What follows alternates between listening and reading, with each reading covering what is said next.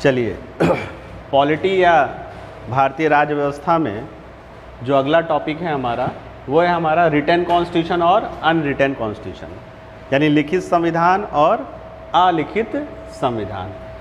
इसमें हम देखेंगे कि लिखित संविधान किसे कहते हैं और अलिखित संविधान किसे कहते हैं। क्या ऐसा है कि अलिखित संविधान का मतलब है जो लिखा ही ना गया हो? ऐसा नहीं है।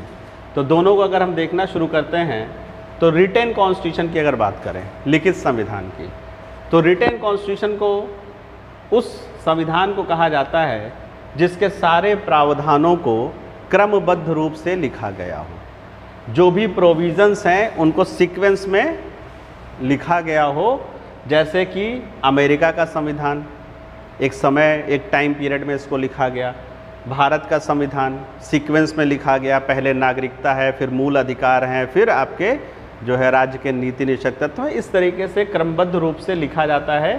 तो अमेरिका, भारत, जर्मनी, चीन और जापान, यहाँ के संविधानों को लिखित संविधान कहा जाता है। ठीक है। वहीं पर दूसरी ओर देखिए अलिखित संविधान। अलिखित संविधान का मतलब ये नहीं कि ये लिखा नहीं गया है, बल्कि ये है कि इसको एक क्रमबद्ध सीरीज में नहीं लिखा गया है और किसी एक प्लेस पर नहीं लिखा गया। जैसे हमारे कॉन्स्टिट्यूशन की बुक है, वो रिटन में है। यहाँ पर क्या है, किसी एक बुक में सारी चीज़ें नहीं लिखी गई हैं। ये होता है आपका अनरिटन कॉन्स्टिट्यूशन, जैसे कि आपका ब्रिटेन और न्यूजीलैंड में है।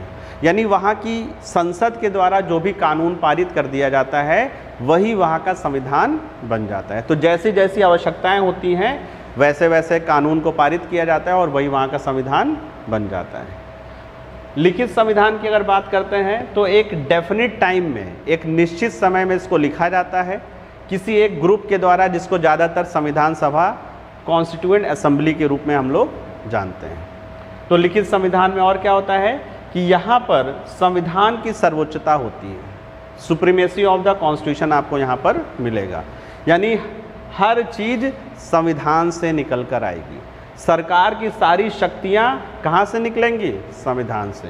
चाहे वो विधायिका हो, लेजिस्लेचर हो आपका, चाहे वो कार्यपालिका हो, आपका एग्जीक्यूटिव हो, या फिर आपका न्यायपालिका, इन सभी की शक्तियाँ और कार्य कौन निर्धारित करता है?